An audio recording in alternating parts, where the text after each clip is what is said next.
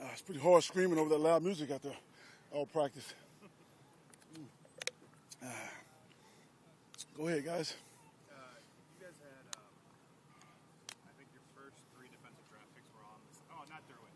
Second, third, and fourth round guys were on this side. What's going on with Kazir? What's going on with Chenna? Kazir both sore knees. Yeah, just sore knees. Kept them out. They're gonna play a lot this weekend, so I got to get them to the weekend. But they played a lot in the game last week. Those guys are getting defensive reps, but they're also getting special teams reps. So I got to protect them a little bit at some point.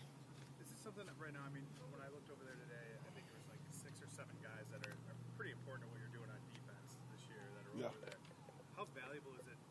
And none of them being like wildly serious. How important is it to get other guys in those spots, to get Mike Davis his reps, to get Rochelle those reps with the ones? You want to look at your reserves right now. You want to know exactly what you have before you go into the season. So it's a great opportunity for some of these guys. Even when the young guys, we have 3s and 4s right now. The team is kind of deep, 90 guys here in camp. So everybody's taking advantage of the reps. You get to see some guys that you hadn't seen as much. And today, I thought some of those guys stepped up a little bit. What have you thought of Mike Davis so far? He was a guy that kind of... Night and day. Mike Davis, night and day. He's a guy, he's playing with more confidence. He's playing more physical. He's becoming very dependable. Really? Yeah. I know that wasn't necessarily the book on him last year. It was more kind of physical traits. Well, I mean, there's a reason why he went undrafted. It's 6'3", 4'4", with all that length. It's a reason. But Brian Miles has done a heck of a job of developing that young man, and he's night and day right now. Speaking of backups, after looking at the film, how did you assess the quarterbacks compared to what you saw? It was pretty much what I saw on the field. I thought Cordell started out a little jitterish. He settled in, and then he played fine. Gino came off the bench, and I thought he did well with what he had to work with. And, the communication part, learning the scheme, the reads, I thought they were good in those areas. Everybody's got to do their part. We got to get guys open, guys got to catch balls, and we got to protect a little bit better. But I thought those quarterbacks were fine. I think you had said after the game, Philip will still play weeks 2 and 3. Is that still the plan? That's the plan. Things can change, but that is the plan. Kirby Davis had a nice game on Saturday. What have you seen that's different from maybe last season?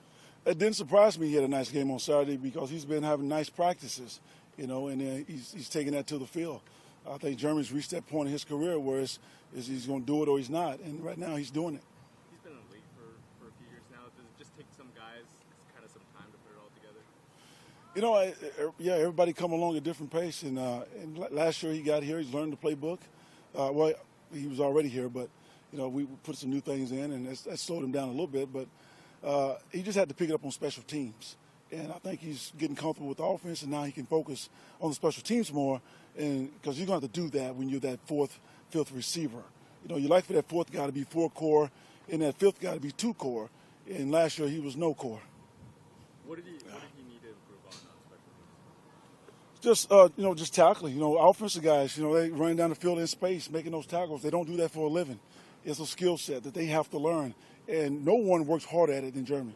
I can tell you that right now. How different is week 2 of preseason compared when you're scheming? Do you scheme at all?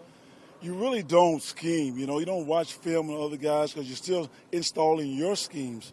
And so you'll look at the opponent, you'll be familiar with them, but and they do the same thing. We call, we talk. We want to evaluate our players. We'll get to the scheming part when the regular season get here. Anthony, what was the big difference you saw in Melvin Gordon in the last quarter of the season? Was it just the knee stopped bothering him? I thought he was healthy. That's the biggest difference I saw in Melvin.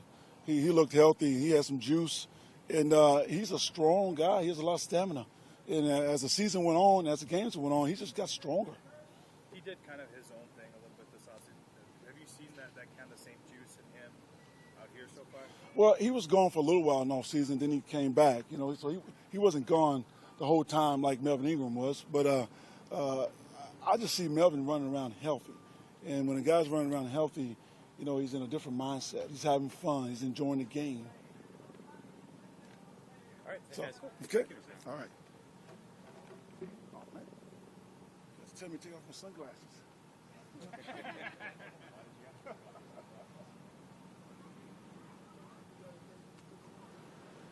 kept the ball a long time. We're fairly effective in a number of areas. You just want to clean those things up and continue to improve. And Coach Lynn said that Phillips been there a little bit this week, and you guys are obviously the top-ranked passing offense last year and number 3 in the league and overall offense. What are you hoping to see from him when he first gets out there, just to continue that groove? Or is there... Yeah, I mean, it's been, with the way camp's gone, he's had a good camp, and playing with the first unit is a chance to get them together and actually see them operate. In the scrimmages that we've had and the things that we've done competitively, we've had some good competition, done some good things. So, the next step is to do it in the game, especially getting snaps from the center. Be the first time in a live action that he's gotten snaps from Pouncey, which is an important piece of it. So, it's the next step. He threw back-to-back interceptions today. Had he thrown an interception in practice that you can remember so far in camp? No, I mean I think he's thrown one, but he hasn't thrown many. He did a much better job last year taking care of the football. What is that? Is that more time from the offensive line? Is it him being more cognizant to not force it as much? Well, there's no question that Coach Lynn made an emphasis on being better in the turnover department, both sides of the ball, and Phillip worked hard at it. Some of it was situational, the way the games went. We were moving it pretty good at the end of the year, and we were putting ourselves in better positions than we were the year before. A lot of times in the ones, if you look at it from the year before, when he had a number of picks, it was long down and distance situations. We were behind in the games. We were trying to come back. That's when those type of things seem to happen a lot more. But he did a really good job with that. And even through the spring and all the way through camp, he's been really good with the ball. You mentioned kind of that last quarter of the year when the offense seemed like it clicked. Is it a coincidence that that's when Melvin Gordon was maybe at his best too, or is that makes sense to you that we're going to be good if he's running? Well, I think it was more than the last quarter. I mean, if you go back and look at the stats, it was the last 9 games. So you can attribute that to whatever you wanted to attribute it to. But if you look at it statistically over the last 8 games, there was nobody in the league that was better offensively. And that was a combination of Phillip and our offensive line and the running backs. So, that was something that we were playing good. We were playing with confidence. It was certainly nice to see Melvin have the kind of finish that he did. But I think it was a number of things. It was hard to stop Keenan. Tyrell was doing some good things. We were getting some production from our tight ends. But I think it really goes back to the O-line. They were doing a nice job. It's hard in this time of year to really do a lot with the run game until you actually get out there and start hitting. Where are you guys at in that phase right now? I think you can always get better. I mean, you're trying to look at different things, look at different people. You're not really scheming an opponent. Sometimes it's hard in some of the preseason games when you can't just say, hey, we're just going to run the football, because you're not used to seeing maybe the fronts or the pressures that you're going to see. But, we had some effective runs in the game last week. We were pleased with that. And we've got to continue to work to integrate that into our offense. This weekend, what would you like to see from either Cardell or Gino to kind of separate themselves?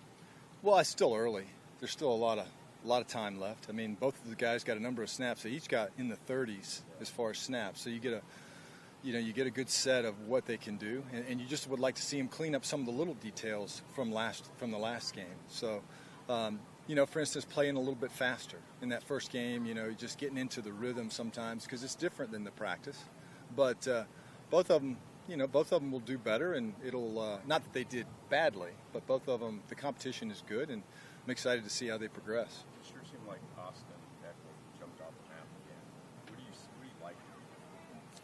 He's a young player that can do a lot of different things for us, can make some explosive plays, which we saw in the game. And, I remember back to last season. It's funny because next week New Orleans comes in here. That was in that practices where Austin really kind of stood up. He made some plays. He made one play down here in this end zone, a catch, tight coverage against a linebacker, and you were like, okay, maybe this kid's got a chance. And then the next week against San Francisco in the preseason game, he really had a nice game running it. And we're actually against the Rams in the preseason 3, he had a nice game. So, when you have a young guy that had a good first season like he did, there's a lot of expectations on him in the second year. And he's handled that well so far.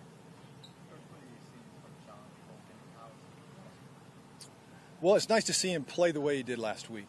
He made a couple of tough catches. The one obviously got popped out when the guy hit him, but I tell you where it really started was late in the week last week. There were some plays against our defense on blocking on defensive ends where it kind of started to show, and you were like, wow, okay, that's good, Sean. If you can continue to build off of that, now the big test would be to carry it over into a game and be productive, and he did that. So, that's exciting to see. I think that the challenge for him is to continue with that.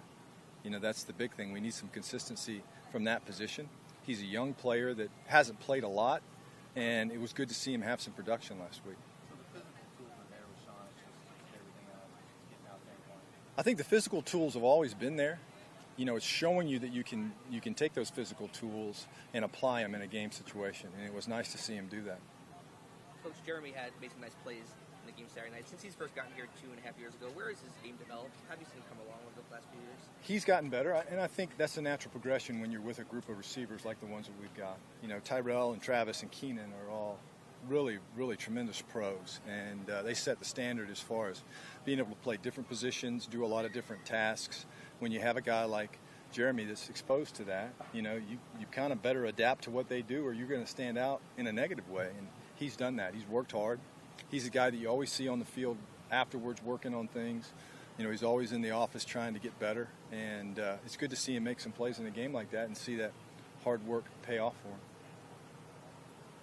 Thanks, Wes. You got it? Right.